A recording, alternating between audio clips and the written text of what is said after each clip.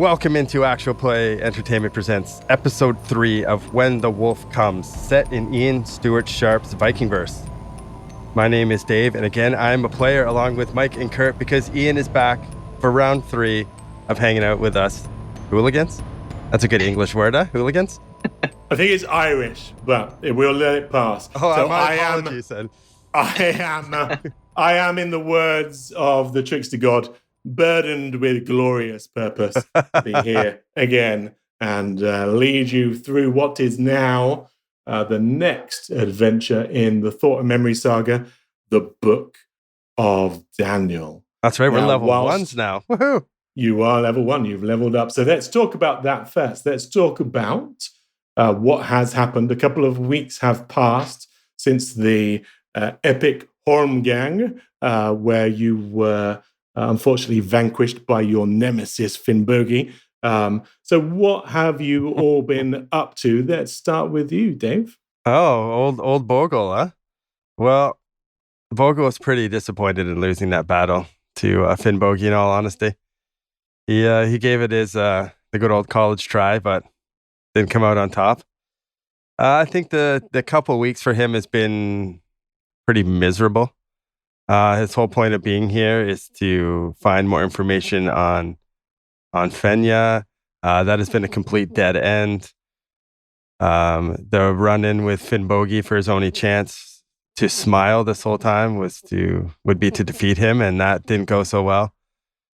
So now he is in this town where he doesn't really speak the language, can't find out the information he is looking for. It's starving, probably, I would say eating small rodents and whatever Gunner can trap for him. I don't know if he'd quite resort to begging for food, but he's probably pretty fucking close. He's offering up his services as a dueler for the Holmgang if anyone needs someone to step in their place. Unfortunately, that he's still unemployed in that aspect. I believe he did get an offer as a dueler for Finnbogi, which he did contemplate because that would be a nice, a way to drag himself out of the gutter and find some more information on what he's looking for, but he couldn't bring himself to do it, so he refused that and is now squatting in that old trapper hut with these two clowns. Something of an accolade that Finnbogi at least sent word that he would consider hiring you. You turned him down, true. And his servants... I didn't even get to meet the guy. Son of a bitch. No. His servants told you that he was off on a voyage and wasn't able to meet, but you turned him down anyway. And to tell us a little bit about the Trapper cabin, because the town as a whole has kind of rallied round after your heroics, and they've let you move into Bjarni's old shack. Yeah, Bjarni's old shack. The pictures you sent us in the chat are... Yes. Describe them for us, Dave. Ramshackled, rundown. Shithouse. Absolutely no modern conveniences. No, it looks like we need to slap some paint on the walls. I'm assuming that it's quaint. Only Bjarni lived there before, so I imagine it's tight quarters. Maybe if any of us are handy, we could build a bunk bed. With the giant wolf man, it's tight quarters. Yeah, shotgun bottom bunk. But yeah, it's I don't know. Hopefully, as Bogle drags himself across the tundra, dying of starvation, his last moments isn't regretting taking Finnbogi up on that offer. Very good. And Natasha, what's her reflection on current events? What's she been up to in the 2 weeks since we saw her last in game time? Well, Natasha, first of all, took a massive head wound at the Holmgang. So, I mean, she was unconscious at the end of last adventure. I think she wakes up inside of this ramshackle cabin. I mean, really, you can't really do justice to the pictures that Ian shared with us. It looked like a cabin that you would come across in like northern Alaska that had been vacant for 100 years. It's kind of combination of driftwood and rust. Yeah, the rust is holding the driftwood together. And so Bogle, that's his first face you see when you come out of consciousness. It's just this big ugly wolf. She starts and pulls the wet cabbage leaves off of her forehead that are healing her wound. She has accepted her lot as having to live with these two. She certainly has spent some time around town looking for other options, but there really don't seem to be any. Certainly not any that she would bring herself to accept. There's been a few offers from a few gentlemen, but that's not the sort of thing that Natasha's willing to do for a roof over her head. She's assumed the duties of the cabin cook. She actually has really great cooking skills and can make scraps of whatever detritus food we've been able to scavenge together actually taste pretty good. She's a great soup maker. While she's been out in town, she has found her way to Gunner's goods, not our Gunner, but another Gunner's goods store, and has convinced Gunner to take her on as an employee, essentially, in some trading that he does with some Jotnar whalers, which is a group that she had been in touch with before she found her way to Helpmakar. Still working on some of the pronunciations. Yeah, I just avoid the words. You're doing great, though. I can never. I just go right for it. Okay. I respect that. So she's sort of found an occupation. It's not paying yet, and she's got her foot in the door. She's about to embark on a glorious career as a whale oil smuggler. A tradesperson. She think of it as a tradesperson, a trader. Whatever pays the bills. Whatever pays the bills. Exactly. Yeah, that's it. So Natasha's feeling pretty good. The other thing I would say about Natasha is that she has spent her wanderings often take her near the temple of the bear, and she feels like she wants to go back there and try and make things right with the priest, with the elf priest that was there. But she hasn't wound up the courage to do it yet. Okay. Well, the general munificence of the town has kept you all going with scraps of bread, bits of food. They were appreciative of your efforts in the spectacle of the home gang. Felt you were perhaps a little bit badly treated, and so they are keeping you. You think that's how Bogle feels about this? There's contributions. There's the equivalent of alms for the poor, and they have given you a roof over your head. And Gunnar, what do you feel about all of this? You were perhaps the richest of the trio, but you've fallen on hard times as well with the loss of that crucial crown when you had to hand it back as weregilt to Finnbogi. Yeah, Gunner's definitely down on his luck. He's broke.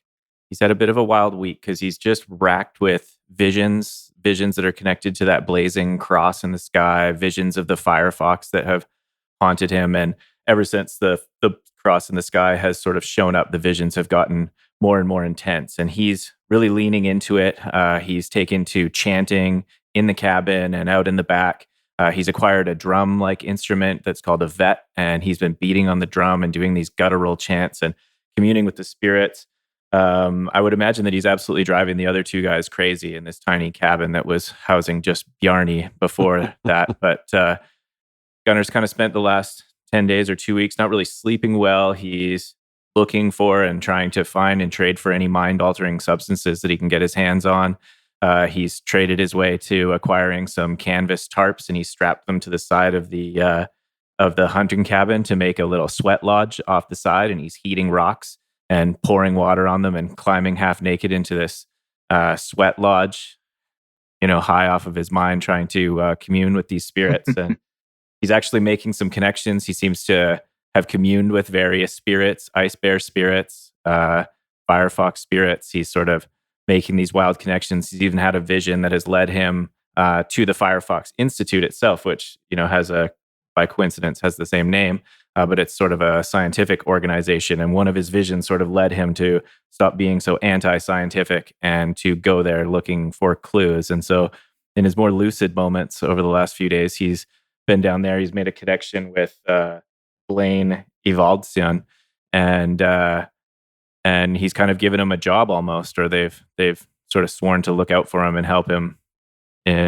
teach him more about the Firefox, as long as he'll kind of jump when they say. They're going to even give him a little bit of cash to help him get by.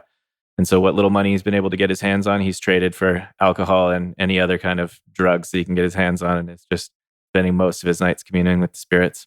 So you're effectively a student at the Firefox Institute. They've given you a small bursary and have begun your initiation into the paths of the wise. So let's talk a little bit about the paths that we've chosen. Now everyone's leveled up to level 1. Yeah. So Gunnar, what have you chosen?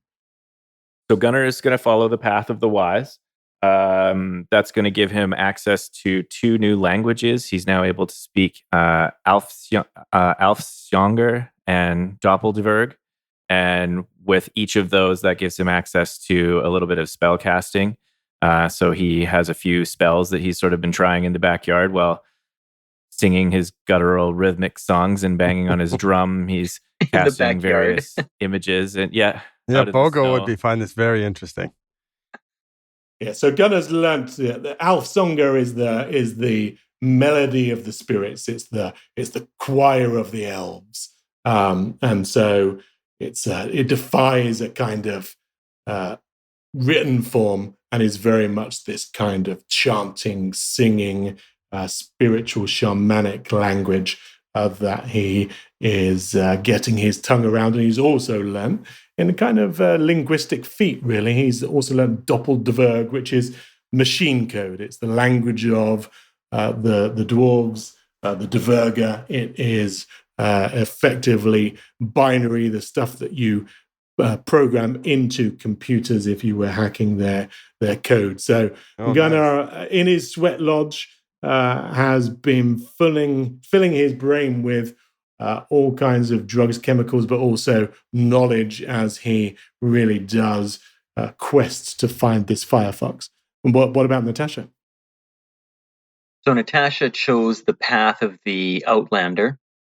And I think that sort of relates to her experience as a refugee and as a traveler at this point across the land. I mean, she's spent essentially most of the last year just traveling through the wilds, trying to get to here and avoiding notice. And it also speaks to her history of crime.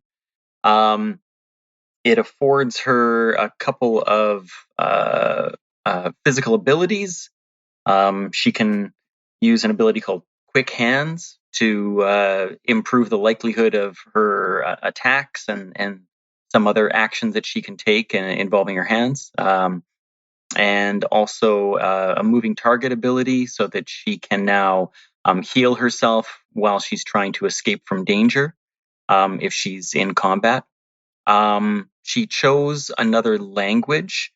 I took Jotnar Brog, which is the language of the Jotnar whalers, which just made sense. That's who she had already been learning that language from, and it plays into that idea that she's going to build on that relationship in her service and assistance to the other gunner, which has the side effect of you can now converse fluently in that kind of pigeon tongue with Bogle, because it's the only thing he speaks fluently. Yeah, so that's what Bogle's speaking. Also, yeah.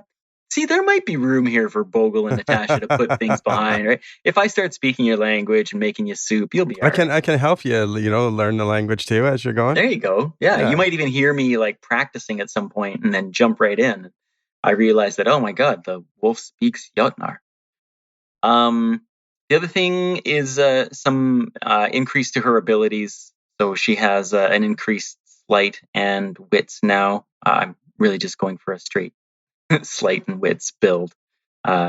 Strength can get lost. All good, because again, that path of the Outlander is designed to help you eke out an existence on these hard scrabble fringes of empire. So you are versatile with an arsenal of skills that enable you to overcome almost any obstacle, and a good alternative to the path of the wise with all the various skills that our learned friend Gunnar knows. And what about Bogle? Vogel has chosen where are we? The path of the oath sworn. So I feel how he came to this is this whole home gang thing, and with Finn Bogey, we were the outsiders. We're low on the totem pole, and I felt that we were kind of getting pushed around because of that. And he saw firsthand on how the powerful Jarl can just kind of throw his weight around and do whatever. So I think his oath sworn is kind of he swears an oath to the people to help them when he can, to protect them when he can. He's an outsider. He knows what it's like. So if he can do some good in this world by helping those that cannot help themselves, I think he feels good about that. He's, like you say, he's lived what he calls his first life through the war, just being a servant, being told what to do, who to kill, where to go. And if he can kind of do a little bit of good in the world to perhaps atone for what he's done in the past, and that makes him feel better, feel less like a monster, which everybody is convinced he is. Very good. And again, he's a good boy. Across the Empire. Good boy. is exactly those oaths of fealty and the family ties and the bonds of honor that do bind men together, men and wolfmen, in common cause. And so good to have you as a champion of right and justice. He's trying, and he's got weapons handling now, so he gets a wheel when he attacks with a weapon, energy burst for a little bit of healing, and I added plus to my sleight, and then plus my will was 7, and I wanted to raise that. I feel he's got a little bit more, lust for life, looking for Fenjar, Fenjar, and helping the people.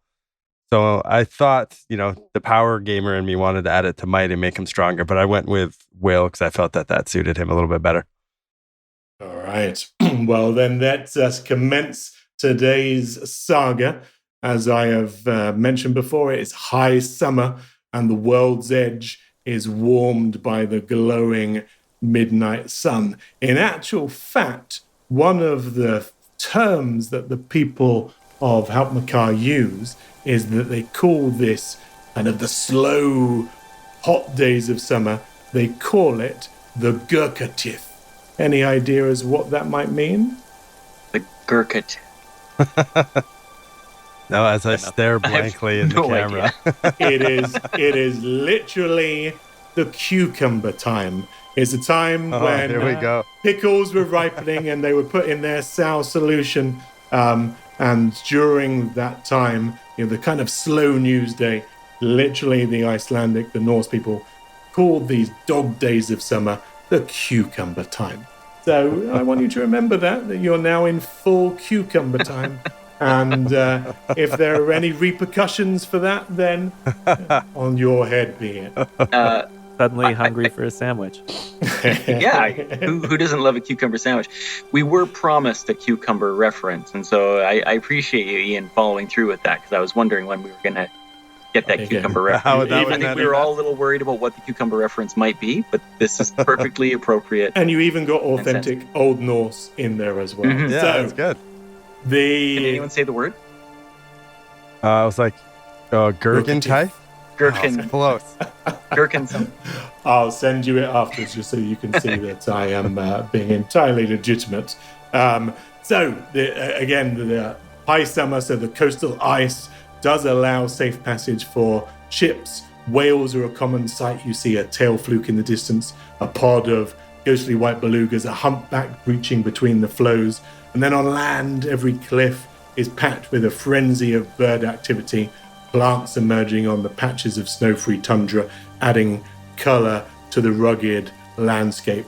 So that's the scene. Again, the mysterious red cross glowing in the sky has been for all of the 2 weeks, causing a buzz at the Firefox Institute.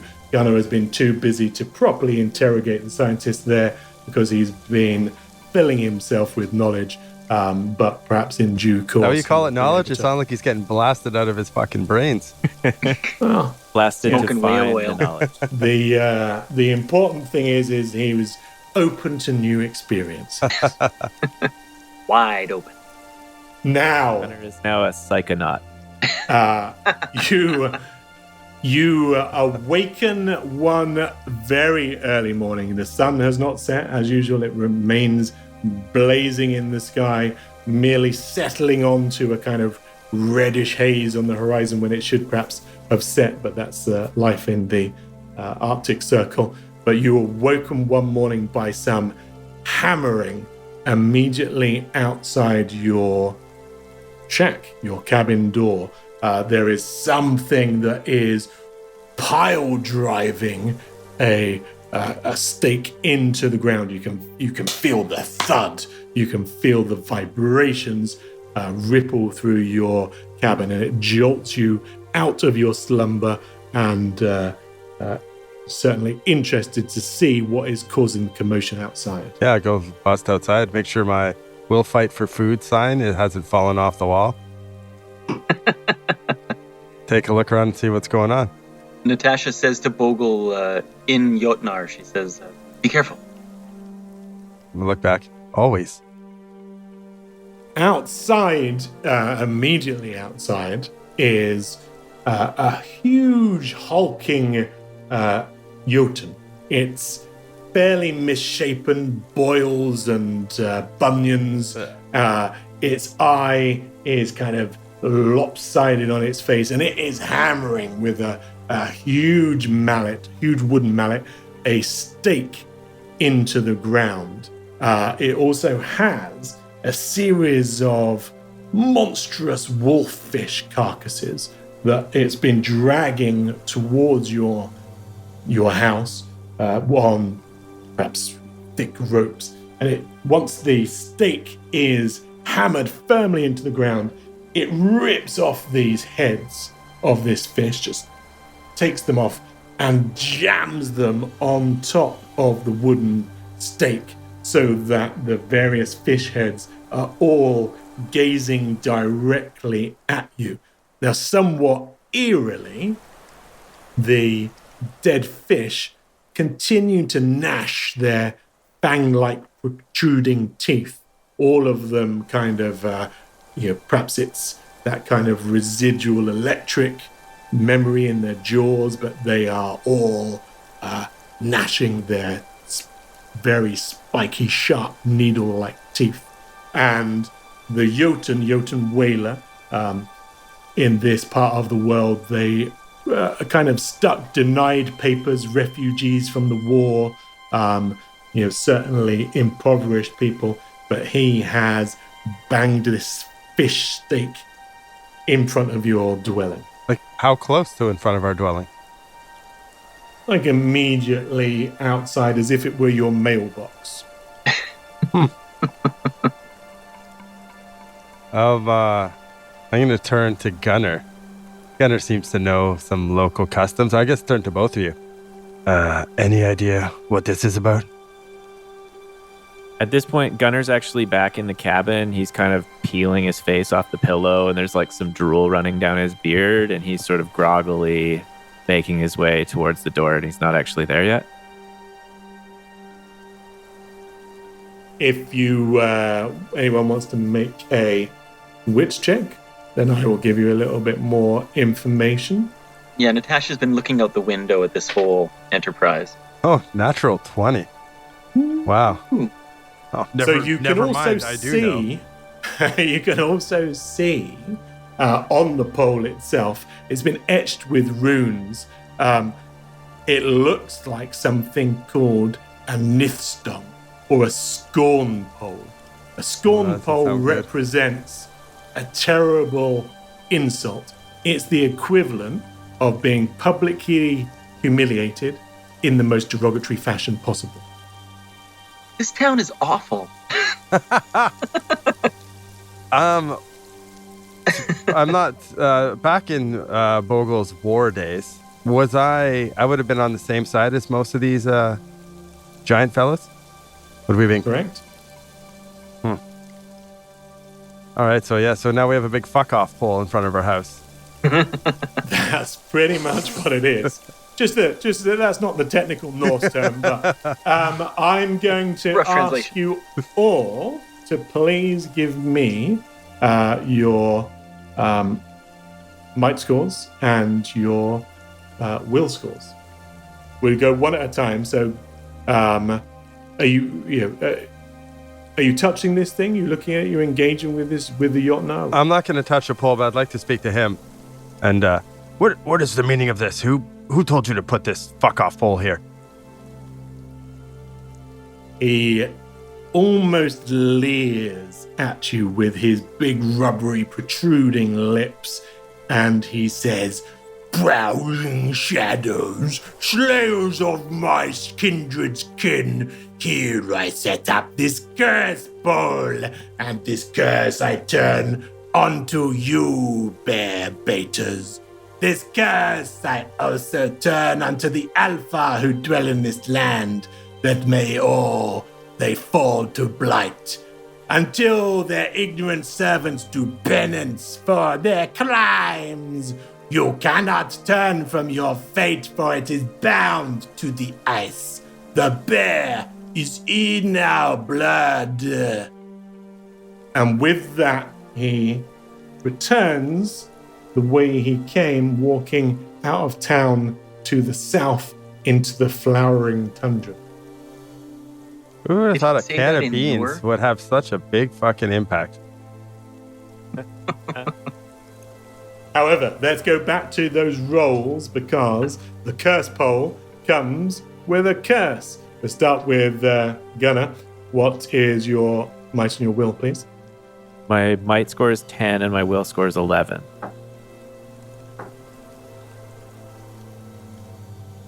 The spirits have blessed you. For some reason, curse does not impact you in any way, shape, or form. Oh, this is not going to go good. Kind of makes Natasha? sense, though. Like, he didn't really have anything to do with it. I'm going to eat it here. Okay.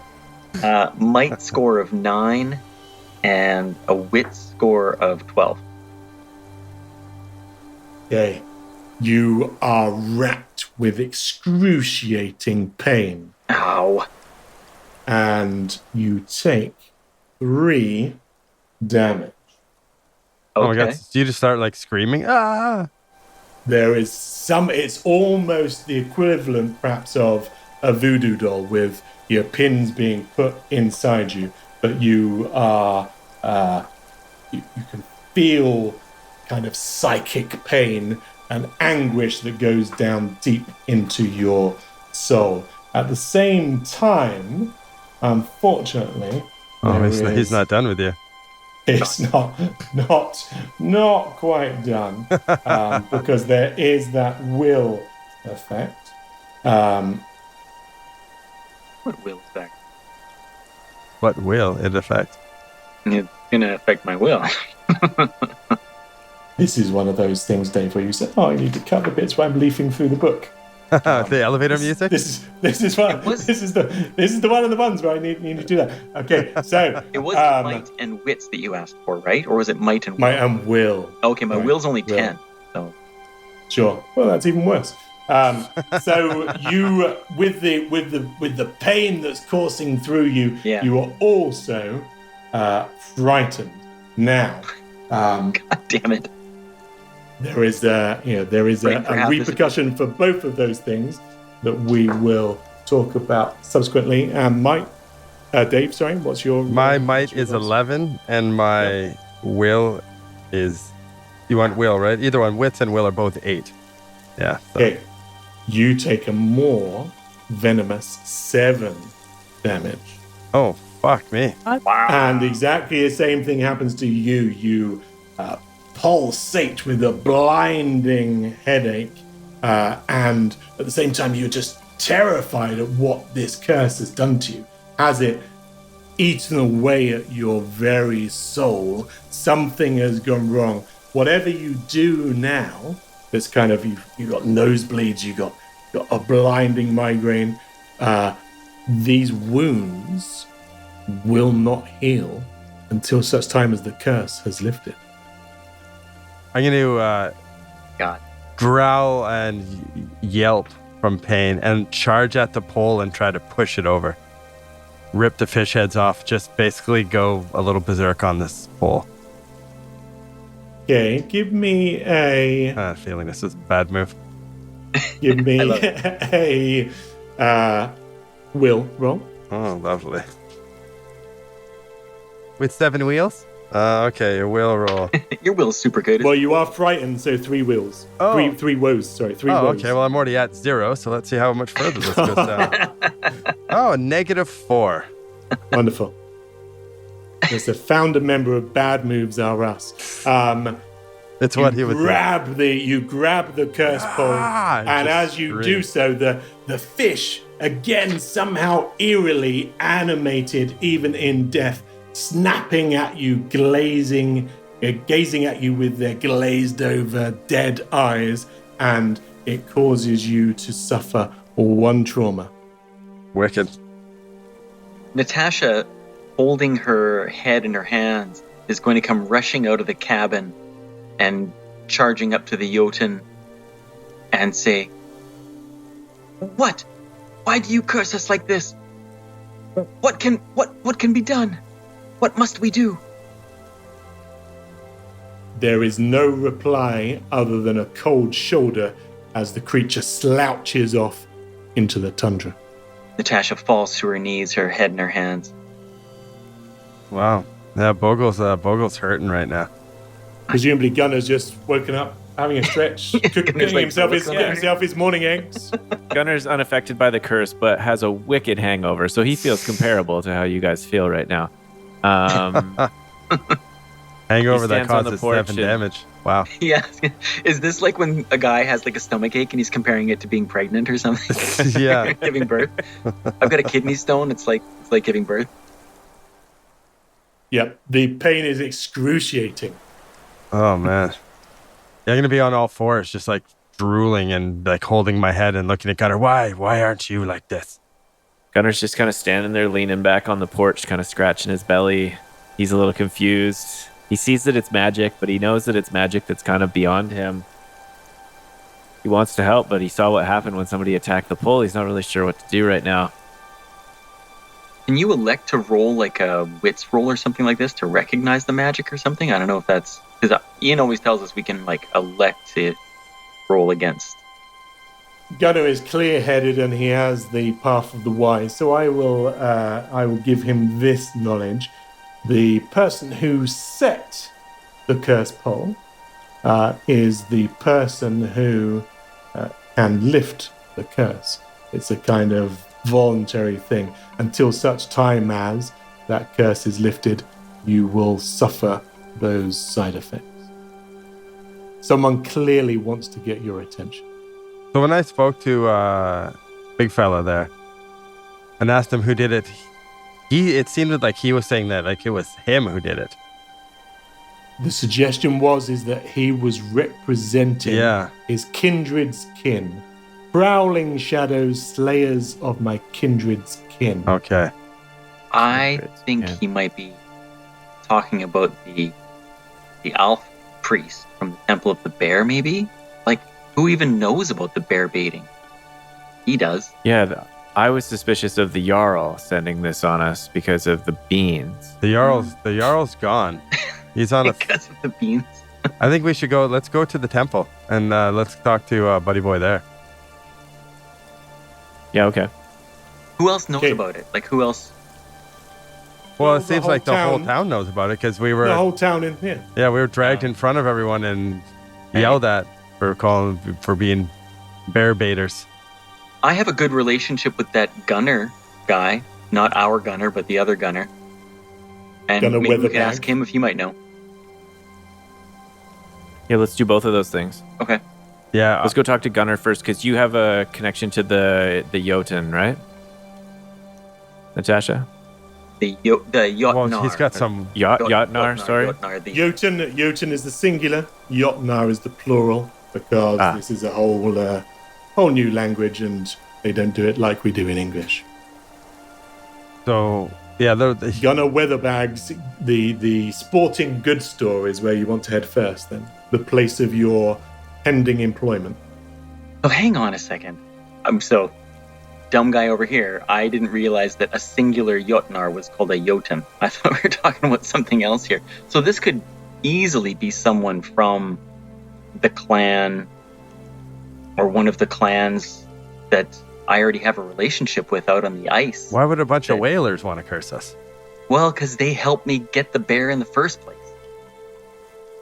Those They fuckers helped helped you me get the bear, huh? So other than Yeah. the You broke Uno reverse you card? broke the code. Yeah, so I don't know. I mean, so we could go and talk to like the Jotnar whalers that I know and say, hey, is it you guys? And if so, why?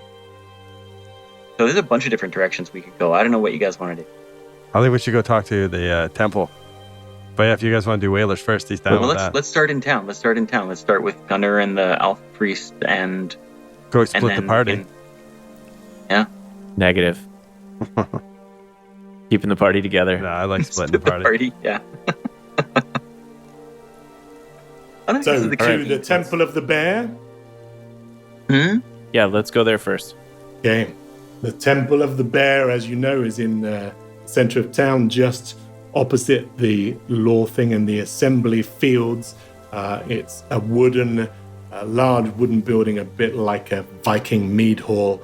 And even as you approach, you see the old Alf Oldinger, and he is effectively a tree man. He's a bristling, pine cone laden tree spirit, and he's standing in the door and he calls to you.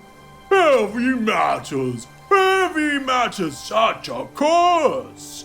I never saw the heavens so dim in summer, a savage clamor.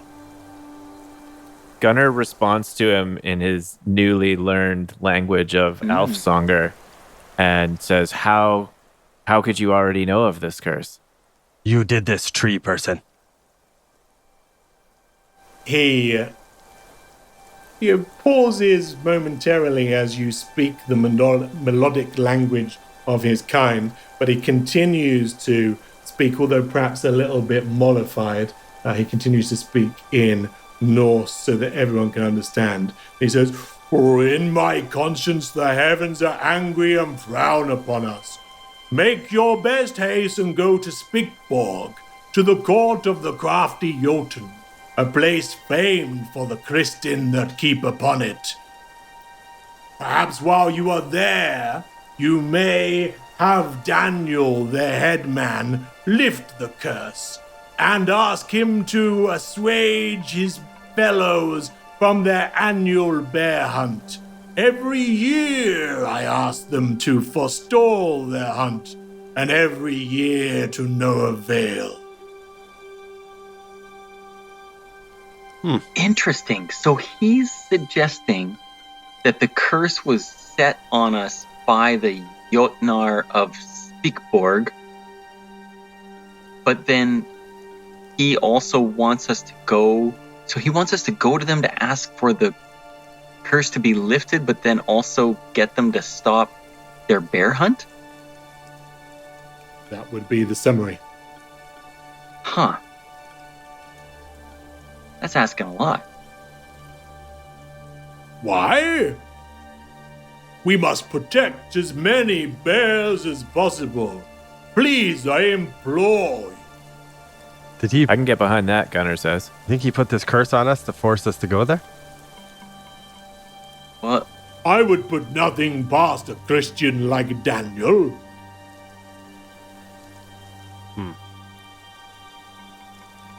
going there and asking them not. Yeah, sorry, this is Mike talking. Natasha would say, but going to Spickborg and asking them not to hunt, how would that make them want to relieve the curse against us? They call us bear baiters, but they are bear hunters. A delicate matter, indeed. I shall have to trust to your skill in diplomacy. Diplomacy is not our strong suit. Aldinger. No shit. Did you curse us, Aldinger, and force us to go to the Speakborg? Hopefully I said all those words right. Good. He tuts and shakes what passes for a head. How did you know we were cursed?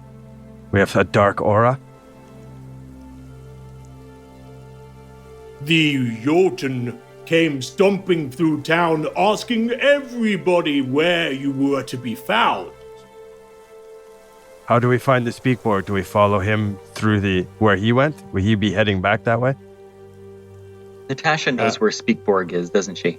Yeah, Spickborg means a blubber town, and it's about 2 days directly to the south, at the very south end of the Heimslit Island. Huh. Blubbertown, so this is another settlement of sorts. That intrigues Bogle. Maybe you can find some answers of what he's looking for in another town. Correct. It's the insofar as there's another large settlement. This is it. This is where the Jotnar keep themselves in their whaling town. And again, Natasha has been there, so she does know. It's a fairly, again, much like the Trapper cabin, it's ramshackle. It's built from whatever materials the Jotnar can scavenge, whether it's stone, earth, moss, whale bones, but also wooden boats, sod and driftwood. And they live in that town, perhaps 13 shacks around a makeshift jetty by which they launch their whaling boats. Natasha's going to walk up to the Alf Holmdinger. No. Aldinger. Alfdinger? Aldinger. That's not what it is. Aldinger. I got it in my The notes. Alf priest. ALL-Dinger. She's going to bow right down and say, I understand you have no love for me. I know that I've done a dishonorable thing. We will undertake this quest, not only to remove the curse that afflicts us, but to make penance in some way for what I have done. I can only hope that my companions may come with me. Good. Heavy matters indeed. Make amends. And with that, the tree man lurches back into the temple, again kind of muttering to himself. Natasha turns to Gunnar and Bogle, and with her head bowed, I am sorry for this. I did not know. I did not mean for this to happen. I do not want you to feel pain like I feel, Bogle. I'm sorry. I will go to Spickborg and try to fix this. Will you come? Stop it. We're all going to Spickborg. You won't go Get alone, Natasha. I'm not on the ground in front of you. I'm just bowing my head. Lift your chin up. We're all going. How do you plan to get to Spickborg? We need to go to your goodie shop there, your buddy. We need some let's talk flares. to We Gunnar need and some see shit. if we can. Yeah, see if Gunnar can help us get there. We learned from the last one that as we were nicely reminded of constantly on our voyage, we were very unprepared for the wild. Yeah, we were. So do we need more beans to distract the bears, Yeah, or we need less tons of beans beans. We'll put them altogether? on Natasha this time. No. Very few beans. Gunnar Weatherbag keeps a sporting goods store, although he's not exactly renowned for his customer service. He also doubles as a kind of mechanic shop where he retrofits Dverg and attends to any mining injuries. He's outside doing just that, tinkering with a wrench as you approach, and he looks up, raising an eyebrow, but not actually saying anything as you approach. Who's going to talk to him? Yeah, Natasha will take the lead. So Natasha walks up and says, Gunnar, it is good to see you.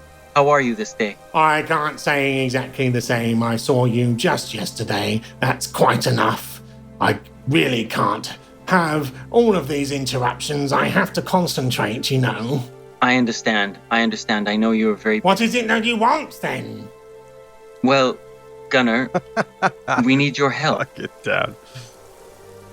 Though I am loath to ask for I it. know you need something, otherwise you wouldn't be here. Oh, cut the bullshit, Gunnar. We need flares.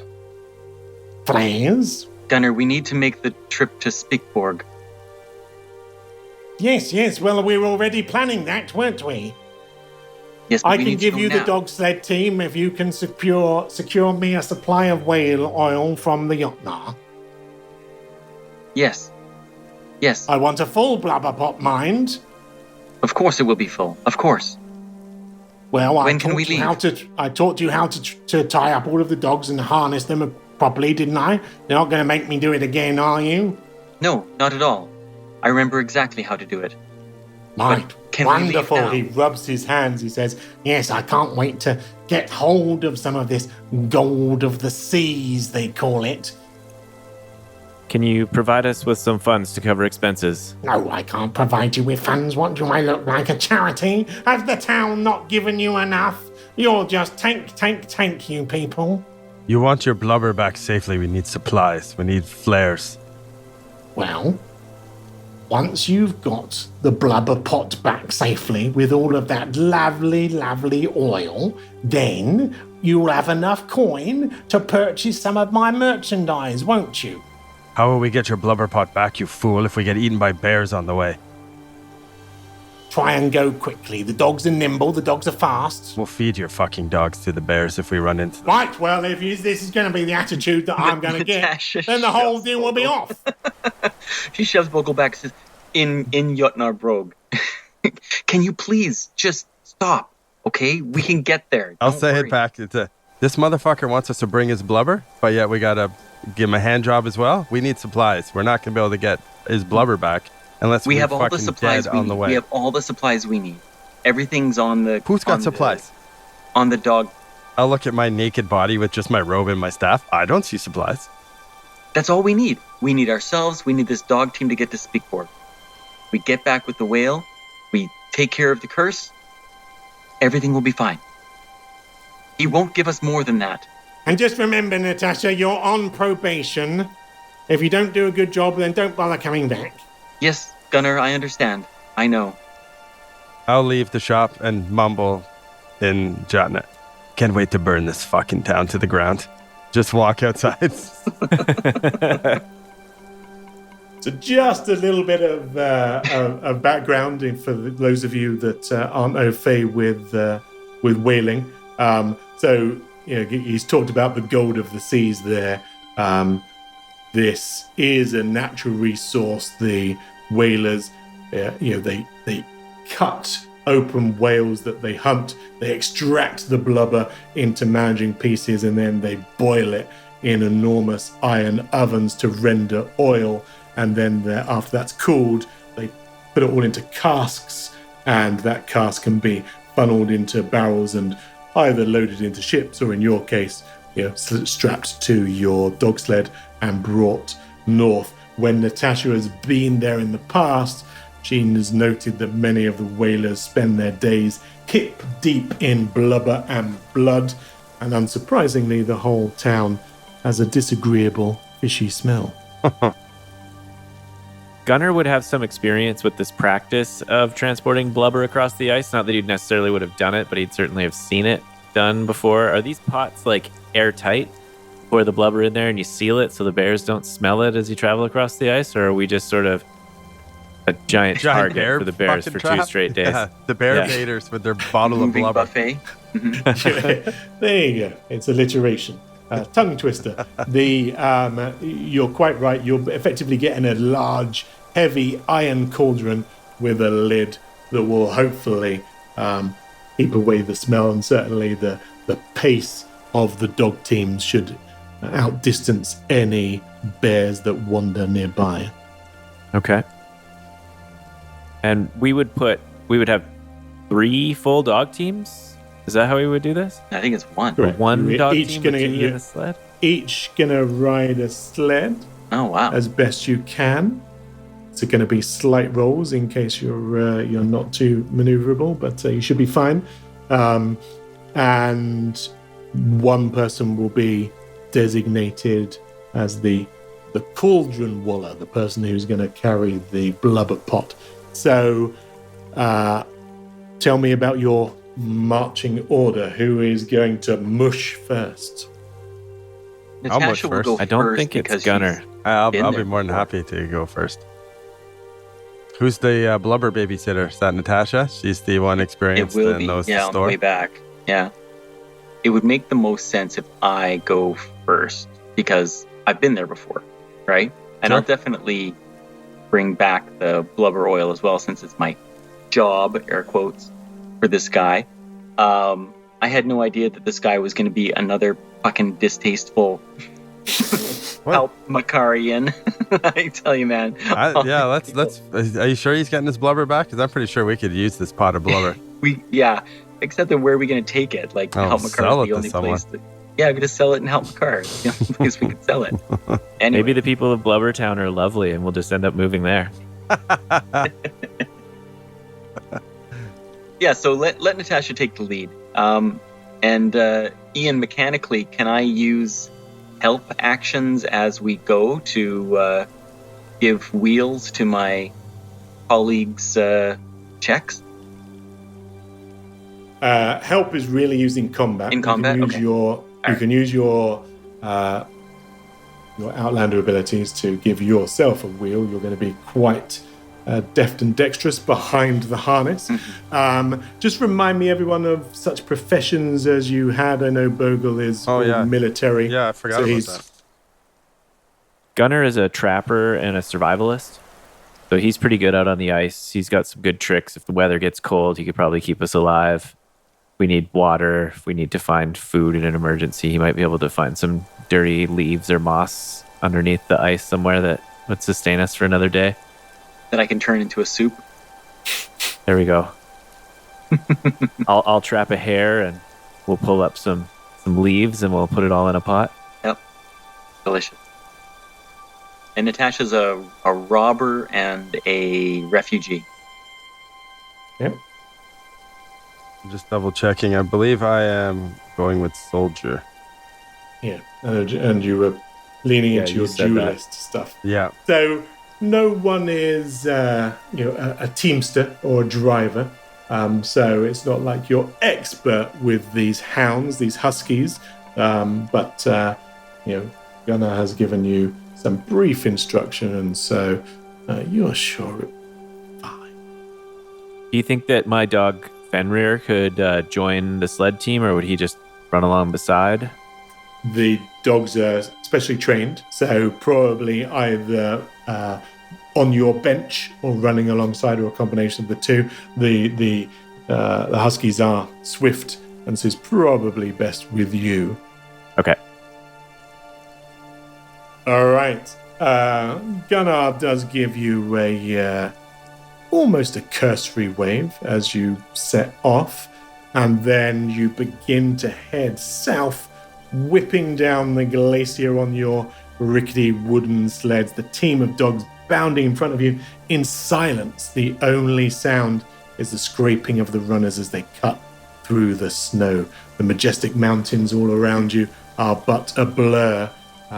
You have to work reasonably hard to keep the sled upright as you zip along the Jotun trails to the south. Just a reminder that even in this bright blue sky, the burning red cross is still stretching across the heavens above you. After several uneventful hours, you come close to a rocky protuberance that rises up out of the tundra, and you recognize the Ifir forest, an old growth forest on the southern spine of the island. It's known for its millennia old pine trees. It sits on this isolated ridge protruding from the ice sheet, and the glacier is surged around the bedrock, which is all that has enabled this plant life to survive.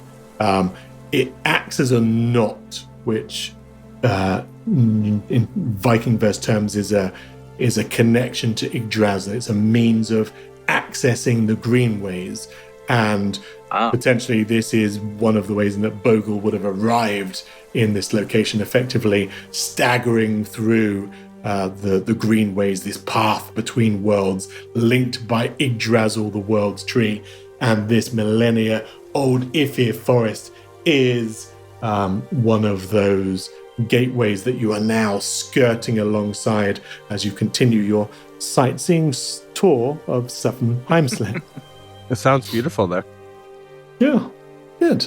I'm we're glad that I've gliding- conveyed the majesty. Yeah, sounds awesome. As we're gliding across the snow and I have a few bored moments to sort of pay attention to the sled that I'm on, am I noticing that it's lashed together with, little pieces of survival gear and extra flares that are conveniently near the handles of the sled as I'm zipping along the ice? No, that's just one of those ayahuasca flashbacks. Of course. I did have a vision about a dog sled team, but it was much more well provisioned. However, Gunnar, you do actually have a vision of some sorts, because as you slide past your dogs, grimacing and panting as they plow through the tundra, you notice in the middle of the forest, beckoning you, is an old man. He appears to be wearing a hooded, fur-lined cape, linen breeches, and he stands barefoot despite the icy cold. Interesting. The other two of you look in that same direction, and all you see is a huge ispial snarling down from the rocky elm. Wow. Okay. Gunnar lets out a loud whistle to stop the other sled teams and rallies for a second with his compatriots and says, that looks like a man that needs help over there. You mean Are you insane? the giant That's fucking an bear? Ice bear. No, it's a man. He's waving. He's calling to us. I'll glance over to He's wearing a Natasha. robe. Did you pat him down for drugs? Is he high right now? I should have. Gunnar, we've talked to you about this. You're doing too many of those hallucinogenics. This isn't your sweat It's not cave, healthy. bud. We're on a rip. I haven't taken anything since last night. The hangover's wearing off. The cold air has cleared out my head, and I feel 100% sober. Gunnar, There is a man over there beckoning us to the forest. Gunnar, that is a bear. That is a big ice bear. All right, well, I'm with you, Gunnar. You go first, though. Gunnar is going to kind of close his eyes for a second and just reflect on what he thinks he sees here. I think maybe I'll try a wits check to see if I can sort of make any sense of what I think is going on. Does that work? There you go. Oh, that's a 30-20. 18 plus 2. Pretty good. This is probably one of several things. It's either an ancestral spirit, or an Arctic mirage, or perhaps the gods have chosen you to be their champion. Okay. You do Gunnar- remember that the bears are sometimes called things like Odin's dogs, or also the old men in fur coats. Interesting. Well, Gunnar thinks to himself that it's probably not an Arctic mirage because these guys are saying they see a bear. So the other two options of being God's champion or it potentially being a spirit guardian are pretty good options. And I think that we should go over there. So I start pleading with my compatriots that I genuinely see something, but I'm not going over there alone. I think we should check it Do out. we have any flares? No No flares, flares. no guns. Perfect. Bogle will tie up his cloak. I imagine as he was going through the breeze, he just nice to let it all loose sometimes. So he'll tie up his cloak and get his staff ready and start following Gunnar, being like, "Oh, I trust this man." Yeah, Natasha's going to follow as well. She's keeping a good 20, 30 feet back, and she has one hand on one of her throwing knives. For now, we're driving the dog teams over there, is how I'm imagining it, so that if we need to, we can outrun the bear. You're going to have to park the dog sleds and clamber up the isolated ridge in order to get to the forest proper. The bear or man is peering at you from the cliff top. He actually now, though, vanishes into the tree line with a kind of puff of powdered snow that falls from the branches, masking his retreat. You guys saw that, right? Do we still see a bear, or did the bear puff away as well? You saw the bear march into the forest. I saw the man disappear in a puff of smoke. Puff of snow, I meant to say. I saw the bear just walk away. Gunnar, this is madness. It's a bear. Yeah, but Odin hates a coward, so we got to check it out. Bogle likes that. Bogle will smile and be like, let's go. Can we at least turn the dog teams so that they're facing away? So we can back them in reverse so we can just take off? Yeah, exactly. Jump on the ledge and go. Just put down the anchor and mush the dogs so that they're already running in place like a cartoon, and then we just pull up the lever. Yeah. Let the clutch out and go. Would it be, is it unusual to leave your dog sled team like that, or would this be an unnecessary risk, or is this? No, there's even a little brake that you can put on the dog sled to like anchor it in spot, so that's not unusual. I've seen that. And they're well trained, unless they were molested by, passing Nazgul or something. Then you'll be fine. Wow. All right. Don't. Just in case there was a kind of a rift with Lord of the Rings. I'll remind you, Ian, that we are level 1, and I think being molested by a Nazgul is out of our league, but I'm up for it. All right, let's. Bogle's ready. He puts his staff in his mouth and motions to Gunnar. Let's start climbing, bud. Okay, let's go. You clamber up the rock face. It's not too onerous. There's lots of boulders for you to get purchase on. When you reach the top where the bear stroke man was standing, you see a lidless stone coffin dislodged by the ice. Oh. The coffin contains headless skeletal remains, and the missing skull rests on a runestone nearby. Hang on. Describe a runestone? What am I looking at? A runestone is a carved headstone, much like you'd see in a cemetery, but it's instead of, here lies Ethel, it's runes that are in the true Norse tongue, probably dating back several centuries. And unless you can read true Norse, you can't actually decipher them. I speak Nor. That's not true Norse? No, Nor is the common is the tongue. modern version of what's effectively a 1,000-year-old language. The Norse tongue, much the same way as the English kind of got Latin influence and French influences, all of these languages smashed in together. Nor is a kind of polyglot tongue of the empire, whereas true Norse, the Norrøn tongue, is what was spoken and written 1,000 years ago and is a little bit beyond you. Okay. Gunnar, you said you saw a man beckoning for help. Yeah, he was waving us over.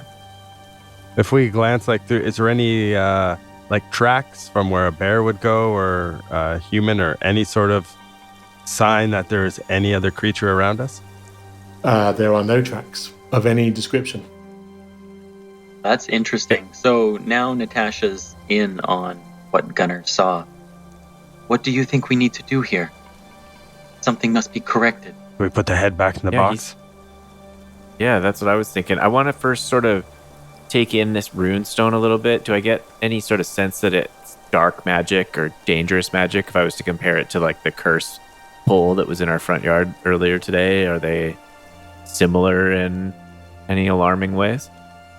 No, it's almost as if this is some kind of funerary stone.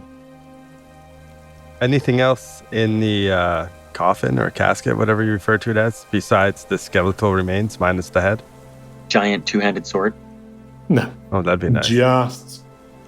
Just bones. And like I said, the skull has been moved to sit, alas, poor Yorick style. It's resting on the runestone. Is there a lid to the coffin? Yes, which has been dislodged and moved to one side. Right. The lid is there. It's almost as if you remember when Valtoki was talking to you about corpses buried in the tundra. Right, the that's what I was tundra thinking kind of roils and churns. Right. And this may well have been buried centuries ago, but has been moved by the natural flow of things, the tundra, and has been brought to the surface. Okay. Since we're on a new adventure, is there a chance that I have an Udall right to use? You do? I think I will try for a better use of a Udall right than my first attempt. I will ask the keeper, the game master, if we remove the head from this runestone, will we be harmed? No. Do it. Oh, resounding All right, applause. Gunner. Nice job, Kurt. That was a much better Gunner use is going of to it. take That the was a head great from use. the runestone and place it back into the coffin. Vogel is going to get ready to attack something. Yeah, Natasha's looking forward. Yeah, I've got my blade ready to come out. If nothing happens, I will then close the lid on the coffin as well. The only thing that happens is a little bit more snow falls like a dusting from the branches above you. Does this coffin look out of place as well? Is it supposed to be put back into a resting place that's obvious? There's no obvious way to entomb it once again. No, it's that would require an awful lot of labor to get it back into the rock. Do we need to take this coffin? And I guess I was going to say, which is no point. It's not like the bears, it's going to attract bears. It's meatless and just dry bones. We don't need to fire it into the ocean or anything, do we? Take it back to the troll's tongue and send it. If we were to wander around the surrounding area and sort of explore, is there anything that stands out that seems to be a part of this scene? The only thing that has been mentioned is there's quite a lot of razor wire. The whole area is almost cordoned off, but the razor wire where you are has been snipped that enabled you to get through. But generally speaking, the Empire doesn't want people using the Ifir forest to travel between the New Ahaimar, the 9 homeworlds. Clearly an off-limits area. Yeah. Do we know any legends of people that would be buried here that would be of interest to grave robbers or something? Give me a wits roll. Okay. Oh, interesting. Yeah, I was thinking it would be more opportunistic. They would see the coffin out of the ground being pushed out of the tundra and went for it. But who knows, huh? My wits are not as sharp as they were earlier today after several hours on the ice. That was a 2 + 2, 4. You want to try using one of our inspiration points or our... Yeah, you can do so Yeah. if you wish. We've probably got 10. Oh, yeah. Let's use. Yeah, that's exactly how many. Good guess. Yeah, I'm up for it, man. Why Yeah, not?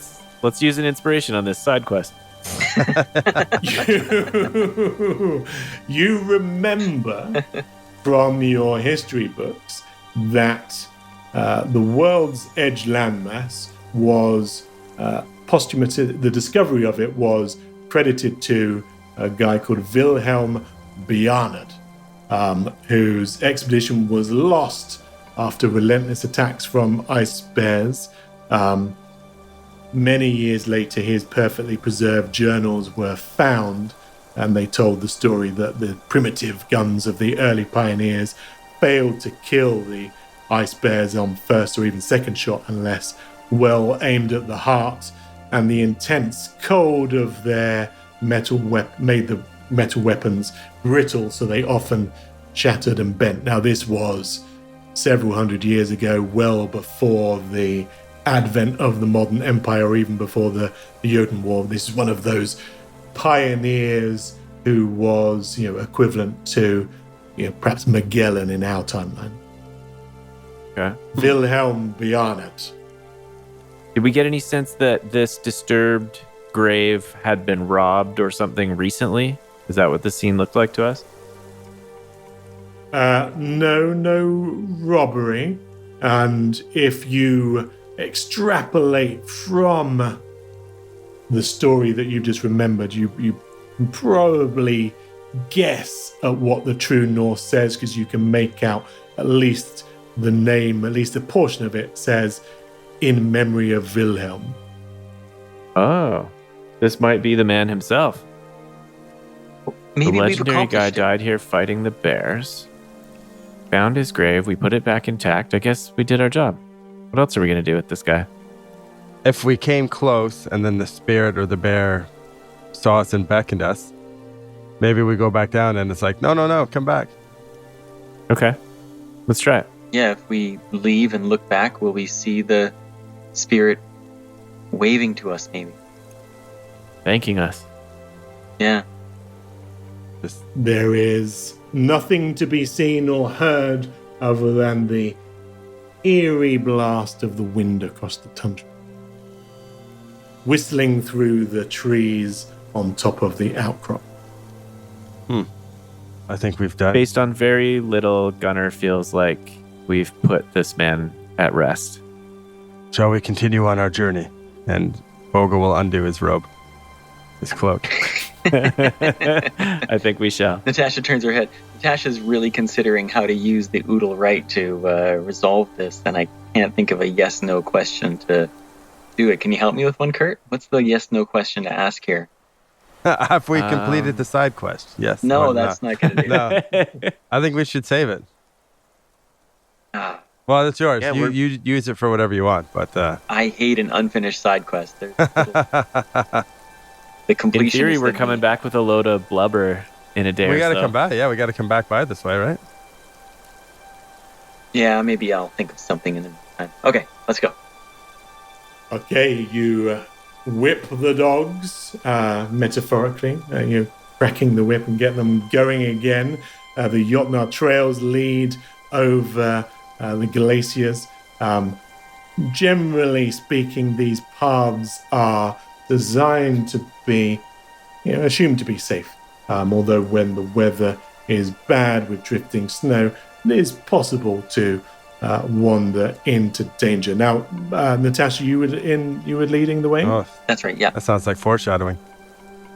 I'm going to ask you to make a slight roll with 3 woes, although we can cancel out one of those because of your quick hands ability. So, slight roll with 2 woes. Okay, Natasha's going to use her quick hands to jostle the reins and the whip and try and succeed here. Come on. That's awful. I love it. That's a 5 before the woes.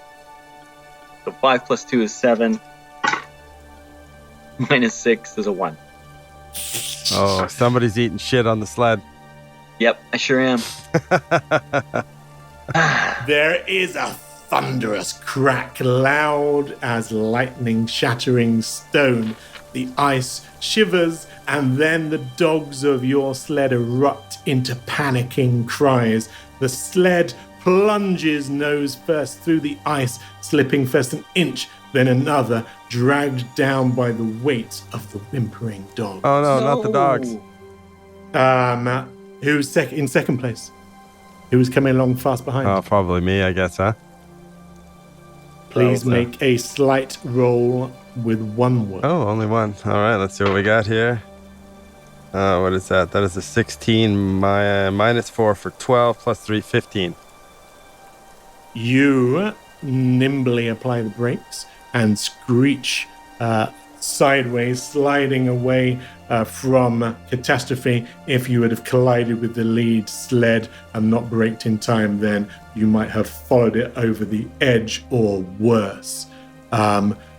Gunnar coming in third, you can brake in good time and just watch the calamity unfold. So, Natasha, you are in your sled. Your dog's dangling down into the crevasse that has opened up. This deep crack in the glacier caused by the stress of ice moving across the rocky terrain underneath. And you are now dangling, looking face down towards your icy doom. Can I see a way to scramble out, or do I need to yell to these two guys to throw me a rope? Yeah, Bogle's coming to the edge quick. Gunner's right behind him. There's I'm very pulling. little that you can do. It's one of those situations where if you made the wrong move, you might end up tilting the balance and shifting the whole thing, so that you just fall precipitously into I see. nothingness. So the dogs aren't, like, I'm not going over. Everything is on the edge of disaster right now. The So dogs are dangling down, so Natasha's kind of going to pulling yell, you slowly. ropes! Ropes! Get ropes! You're too heavy. Jump off so we can save the dogs. One of the I other have things to I help need to tie them mention, to the didn't you say that you were carrying the blubber pot? Oh, no. Not our I blubber did say I pot. was carrying the The blubber blubber pot, which is probably 200 pounds worth of cauldron. Ooh. Okay, let's save the sled. Yeah, everything's got to be pulled back. So throw me the ropes and I'll tie them on here. Gunner has a rope in his hand that he's pulled from his pack, and he tosses one end of it at Natasha. It was nicely spooled up, so it just unfurls as he tosses it, and the end just lands right at Natasha. Oh, no. Now, Gunnar, talk to me about both your professions and your traits, because they should all come in handy here in kind of violent agreement. Okay, so I am a trapper and a survivalist, so I'm cool-headed in these kinds of situations, and I have a strong hand. I'm able to tie a quick knot. I'm able to do those kinds of things. My other attributes that would come in handy, I think, here... Guest counsel. The guest counsel, yeah. So my allies within range of me get to roll with one wheel whenever they're rolling on a challenge roll based nice. on my profession. So Oh, that's pretty Very good. my Yeah, no kidding, my yeah? keen toss of the rope has maybe inspired Natasha a little bit. Oh, Bogle's got nothing, man. I'm looking through my backpack. I have a water skin, a flashlight, which has got perfectly brand new batteries in it since I have night vision. An urn of ashes and some breadcrumbs. I've probably eaten the bread I had. You've got taut, sinewy muscles, though, haven't you? Oh, yeah, I'm pretty strong. Yeah. Gunner carries around an axe, shovel, ice pick combo thing as his small weapon that he's sort of crafted over the years, and he ties the other end of the rope of it to it and drives the spike into the ice to try and create a little makeshift anchor. What's your might? Am I stronger than you? Mine's 11. Just 10. Yeah, I can help. Yeah, you're I can stronger. help pull up. Gunnar, what should we do? If I tie it to the dog sled, can you get the other dogs and both of you pull me back? Yeah, just tie it to the sled and we'll pull it back. Yeah, tie, Okay. The dogs are all dangling below right now already. yeah, tie from I'll their do it sled now. to Yeah, our half sled the and then team's use hanging over the edge. the Yeah. dogs to pull it. Yeah. Yeah, get the Oh, two brilliant. dog teams to push it out. Yeah. Yeah, Bogle, tie the other dog team to this line. Yeah, all right, start tying them up. It's going to require both Gunnar and Bogle to succeed on a might challenge roll. All right. You can have the wheels that come with your survival and guest counsel, Okay. because you're instructing Bogle on the best way to tie the ropes, where to apply the pressure, how to pull most effectively. But you are lifting 600 pounds, including Natasha when she's wet, but mainly the dogs and the cauldron The itself. cauldron. So you both need to exert yourself in order to pull this one from certain doom. And do I benefit from my guest counsel, or does it only apply to my allies? it applies to your allies. You are effectively instructing them in the quickly and effectively, but in the best way of doing things. Oh, I Gunnar. rolled a natural 20. Yeah, you did. I got a 17, 12 plus 4 plus 1. Yes. All right, there is Nice a work. Herculean effort, or should I say the effort of Thor, and hand by hand, inch by inch, you haul Natasha and the dogs away from the edge of the crevasse, and they slide, thankfully and breathlessly, back onto the safety of the ice. All right. Thank you. Thank you. Oh, that was too close. Yes, I'm going first now. Your dog sled skills are inadequate. You can't argue with me. No. You're just hanging over a cliff.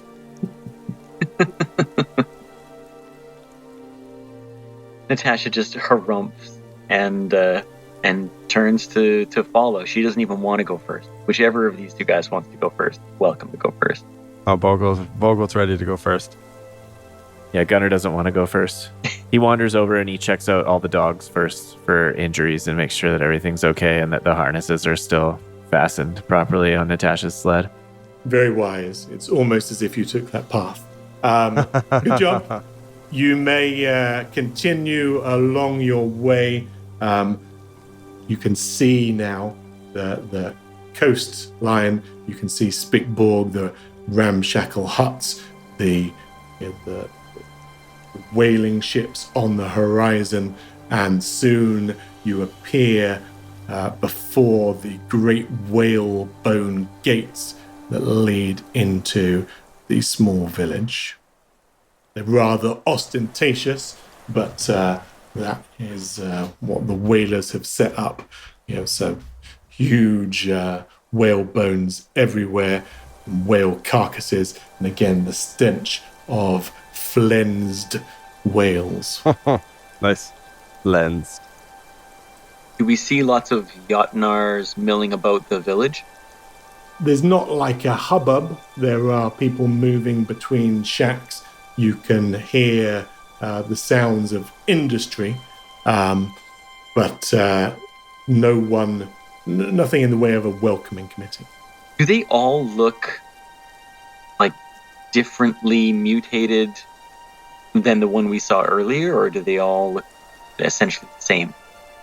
To a large extent, the Jotnar, unless they are significantly genetically enhanced or spliced, do just look like hulking humans. They tend to be mixed with parts of animal DNA, and so some of them would have perhaps reptilian hides or bearish features. Some of them might have antlers or feathers, whatever they've taken on board from the animal kingdom to enhance themselves. So the hippopotamus blood sweat, for example, things like that. The eyes of opossums, they've all taken on that level of genetic mutation. It's all very much individual based upon their contribution to society. Interesting. Having been here before, does Natasha understand what she's supposed to trade or provide in exchange for the whale oil? Like, are there goods on the other two dog sleds that are intended for trade for the whale oil, or am I supposed to somehow just pick it up like it was a delivery? Yes, it's a delivery. There will be some kind of transaction or trade plan arranged with Gunnar. He takes the whale oil, he sells it, he'll provide a portion of the profits or send you back with goods. But first of all, you have to negotiate that exchange, right? Oh, yeah. And having been here before, have I heard of a Daniel? Or would I know where sort of the headman hut would be, house would be? Central. The headman's house is probably the largest of the constructions. Again, not too dissimilar from the trapper cabin that you've been living in, just a little more ornately carved with some whalebone sculptures in and around it. We're here. What should we do first? Get the whale oil? I could use a drink, I'll tell you that. I'm not surprised to hear you say that, but I don't think, Gunnar, that this is the time. Yeah, this is a gated town. You said that there was a. It's an arch. There's no gate. Oh, okay. It's just a huge whalebone arch that forms the boundaries of the town. All right, so we rip in. Well, can I ask one more question about the town? Is it friendly to outsiders, or are we intended just to like come get the whale oil and leave? Like, is there a One way when to I was here find before? out. Was everyone friendly to outsiders or not? Or To a large extent, these people are all refugees who found themselves in this isolated way station after their crushing defeat in the war. Oh, Bogo's be like, you know what? This place isn't bad. yeah, he might be. Hey, Yeah, I'm gonna just go ripping in. Tie up the cloak again. Go into town. I'm following Bogle. You don't get very far when you are met by a kind of entourage. There is a large Jotun wearing a polar bear pelt, surrounded by what looks like 12, if you had to count them, of his most devoted followers. The Wow. main leader is carrying this narwhal horn as a kind of scepter of authority. Cool. It's sharp tipped with a platinum globe that emits a bright light, and they all bow to you as if in solemn greeting, almost in a unified way. I'll replicate the bow to them. It's a sign of respect. Gunnar just watches Bogle bow. Natasha will bow as well. Is this how Natasha was welcomed the last time she was here? No, last time you were not put in front of the big headman himself. You were just dealing with some of the trappers and whalers who lived on the fringes of the village. I'll offer a traditional Jotnar greeting. Well, fucking hell, look what the cat's dragged in. Would you Adam and Eve it? The bear baiters themselves. Did for me old man, did ya? Yarny? This sounded a lot That's like Bjorn. right. Stop me as his own flesh and blood, his own sprog, his own dustbin lid. Didn't even get to meet his old dad. Well, fucking hell. Unreal. What a small world. What kind of fucking cunts are you people? Oh, I see the apple did not fall far from the tree. You're also a prick. Yeah, word travels fast. It sounds like you know exactly what kind of cunts we are. Lord Lammy. Well, you'll be wanting the curse lifted then, eh? Yes, that's right. You know about that too? Does the name Frenya mean anything to you? Frenya, Yeah. me old lady. What's it to do with you? Come Dun, again? dun, dun. It's your old lady. That's right. You gone mutton, Jeff? Is she here? Is she here? She died years ago. Fuck me. I don't really have this detail of my backstory nailed down. Where would she have died? Remember she's in an urn in your bag. Yeah, no, I know that. I'm not giving this motherfucker to her yet. Gotta make sure. Wherever she would have died, I'm sure Bogle knows. Dave does not. I will ask if that's where she would have been. Stop playing fucking silly buggers. Who's? She died on Jotunheim. The war's been over a long time, Wolf Boy. Yes, thank you for the history lesson. So, discussing it with this person and talking about locations, does this seem like the Frenya I have been looking for? It doesn't seem like it's not the Fenya, right? It's completely plausible.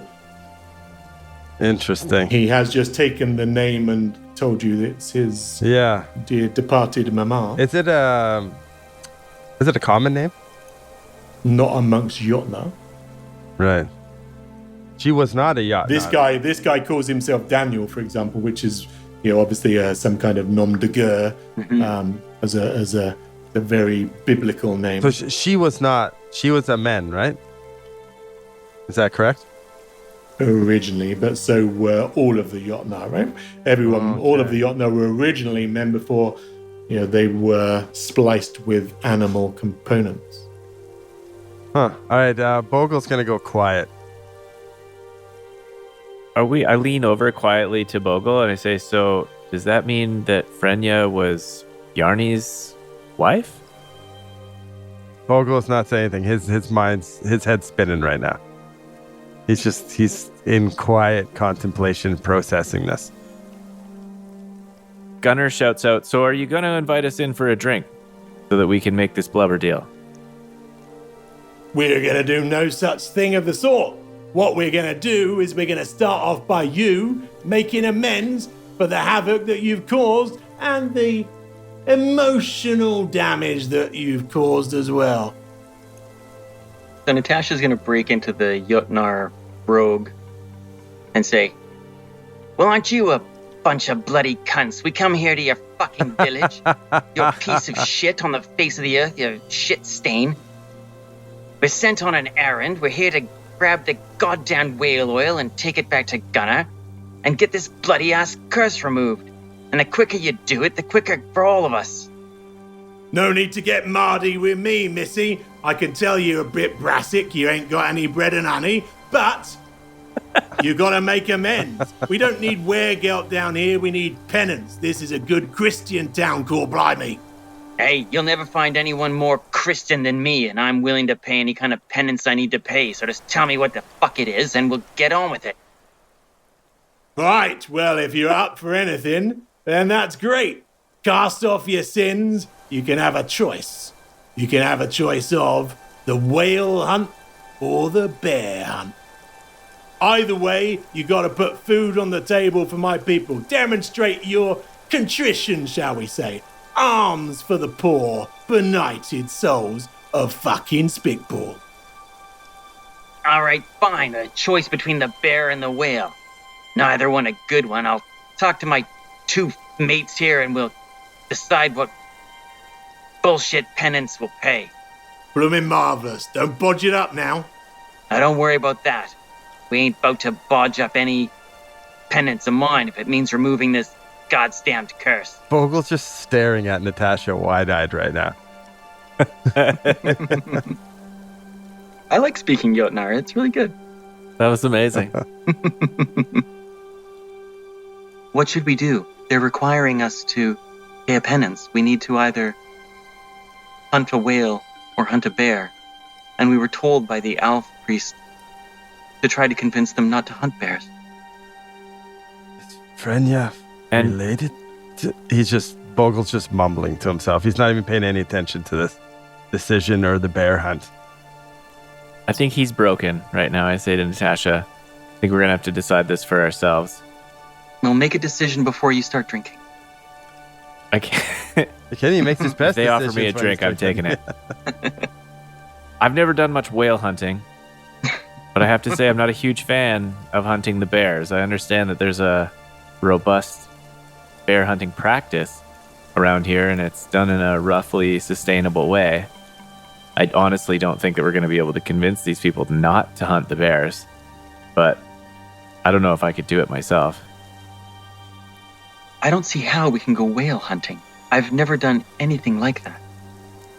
You didn't get any whale hunting training in your 1 week at Whale school? Gunner's sporting goods shop there? No, Gunner, I didn't do any whale hunting. And even the time I spent you shite hawk. That's not what we're going to be doing. We're getting in my own boat. Lord, lummy. So wait, you're saying that you're going to take us out in your own filthy boat and you're going to help us hunt the whales? Well, that makes it pretty fucking He's easy. right, I guess you we're going hunting savvy. whales then. Fucking hell, have a butcher's at him. Wait, what did I you had say? no idea you had such a lovely Jotnarian accent. It just rolls off the We tongue. got to mention the bear shit to them. I guess Bogle will snap out of it and stand up and go to the guy and say, Aldinger wants you to stop the bear hunt. Aldinger can take his loaf of bread and shove it up his Gary Glitter. It's Gary Glitter. Did not expect a Gary Glitter reference. Famous Norse scout. Famous North Skull, yeah. What will it take for you to stop it? Or do we just say, fuck off to him? Come on, there's got to be something. You're a man of ideas. The old tree boy wants his bears protected. I'm sure there's enough whales for you to troll your fat ass around in a boat and hunt them instead. Let's start there then, shall we? You want your pot of blubber? Let's go get a whale and carve it up. It's time for the grind. While I'm thinking about it, what's your physog's look about that stuff in the sky? I hear armies rumbling in the heavens.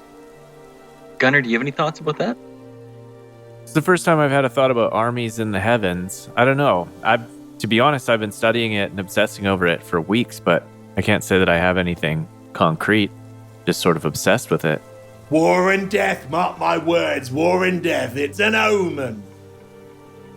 A sign of the Ragnarok? Sign of someone getting mardy. What do you make of it? Anything specific? I'm not one for superstition, me. Well, let's learn how to hunt whales. Everyone all aboard the Swan White. Sounds great. That's a shitty Can't name for a wait. boat. It's technically it's the Norse is the Svanfjord, the white swan. That's the name of his one square sailed round bottom. That's the vessel. We're fitting in one of those with a John. Oh fuck! That's what we're getting Maneuverable enough to dodge ice flows and with a false keel for on ice portage, and you are afforded pride of place on Daniel's ship to watch the hunt. He doesn't actually mean that you have to participate. I think he's just flexing thank his God. muscles and showing off. As you board, and his several of his men board with him and take up oars to cast them off the shore, he says, "How did you know the old man then? How did he meet his end?" Bjarni was eaten by a bear because he's an idiot. Well, I suppose if you gotta go, you may as well go in the way of your ancestors. You know that's what it means, eh? Bjarnard? It means son of a bear. We come from a long line all the way back to Wilhelm Bjarnason, the very person who discovered this fucking place. Why do you think I'm here? Getting hold of my birthright, that's what I want. Huh. You don't think I'd leave a perfectly cushy life in Jotunheim to come to the back of beyond this arse fucking place? If there wasn't anything on it, riches! Riches as far as the eye can see. Under this ice, uncalculable wealth. How do we get to it? Well, you don't fucking get to it at all, do you? It's mine. By right of birth and blood. Once we prove that old Bjarni and Fenrir, well, they got together and they made me, well, then it's all mine, innit? So Fenya was your mother, Rumour says Bjarni had the deed, going all the way back, the land deed that the Skraeling gave him back several hundred years ago. Don't suppose you happened to come across it, did you? There could be a deed in the cabin. Oh, what's Did that? we search the cabin? I searched it a little bit when we first met him and took some traps out of there, but I didn't find any. Well, you presumably got his body, haven't you? No, we His body. threw his body from the troll's tongue. He goes speechless. Bogle just burst out laughing. Oh my god, now that is some funny shit. He bangs his fist on the side of the boat and he says, Well, we'll be seeing who's laughing soon, won't we? Well, we're gonna go swing around the troll's tongue and In piss and wind. fish his ripped apart body out of the water. Oh, this is too Well, much. if someone hasn't got there first, that's just what we have to do. Oh my goodness. He's tied to a sled. We shot him out pretty far. We got a good run and Then he'll start. float and be easy pickings, won't he? Oh, that's a bright side of it. Let me tell you a little bit more about the ancient hunting tradition of the Jotnar.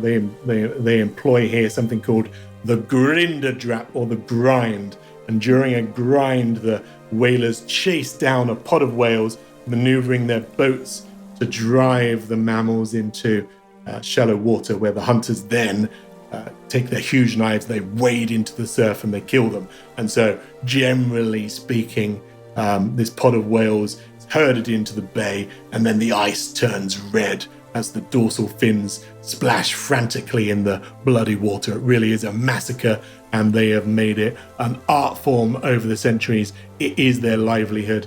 It is how they get this very valuable oil that powers a lot of Halmaka and other parts of the north, as far as Uppsala and Lundenaborg.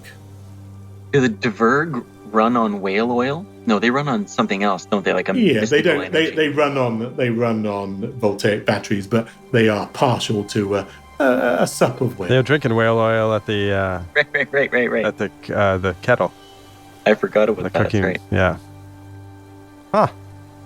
So you've been having your conversation with Daniel, the Helsund, the strait here is full of ice flows as far as the horizon, huge slabs of frozen seawater that splinter and groan. And as the whalers over the next hour herd the pod of whales to shore, you can almost taste the iron in the air as the water turns red bloody. If I get a moment to speak with Daniel while we're sort of watching the workers carve up the whale, I ask him to tell me more about his relative, Wilhelm Bjarnard. Goes centuries back. The guy who first founded this island. Obviously, it was here long before any of you geezers showed up, but he sailed north into the ice when there was just ships like this. No steel-hulled vessels, no motorboats, just wooden ships. He sailed into the ice and he found the Heimslet archipelago, the edge of the world. Of course, weren't worth nothing back then. Now, we know, teeming with minerals. And where's his final resting place? Who can tell? We built our encampment here when I staggered out of the Ivir forest, around the wreckage. Preserved it was. Preserved for centuries. Pristine and perfect in the cold. We used some of his boats, some of the bones. Made our own village here, Spickborg. Toast to the town. So was his body What ever am I, recovered? tourist information fucking office?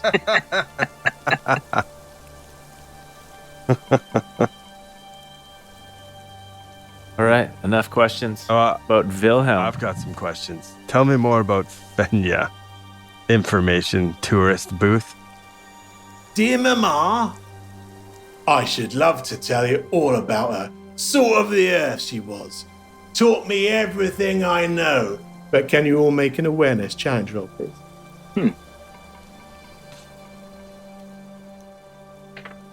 Oh, That's a 15 for me. 5. Do we get a wheel because we're next to Gunner and he has his ability? No, but nice. I liked where you're going with that.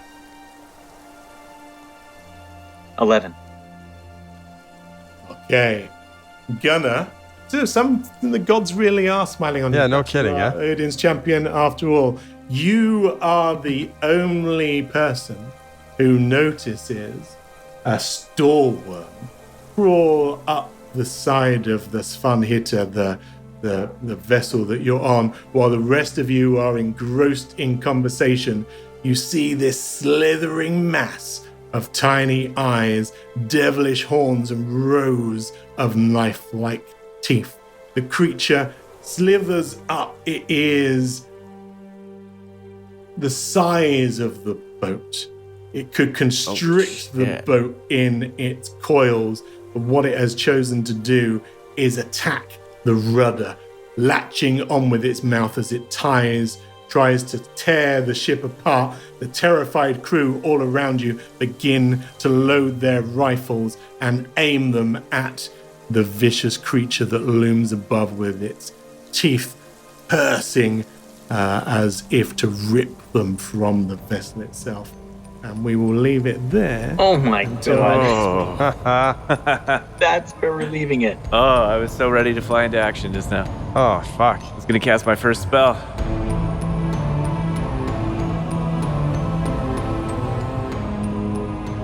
Thank you for listening to another episode from Actual Play Entertainment. Please rate us, review us, and subscribe. If you liked what you just heard, give us 5 stars and tell your friends. If you didn't like it, then tell your enemies. You'll show them. And for more information and content, visit actualplayentertainment.com.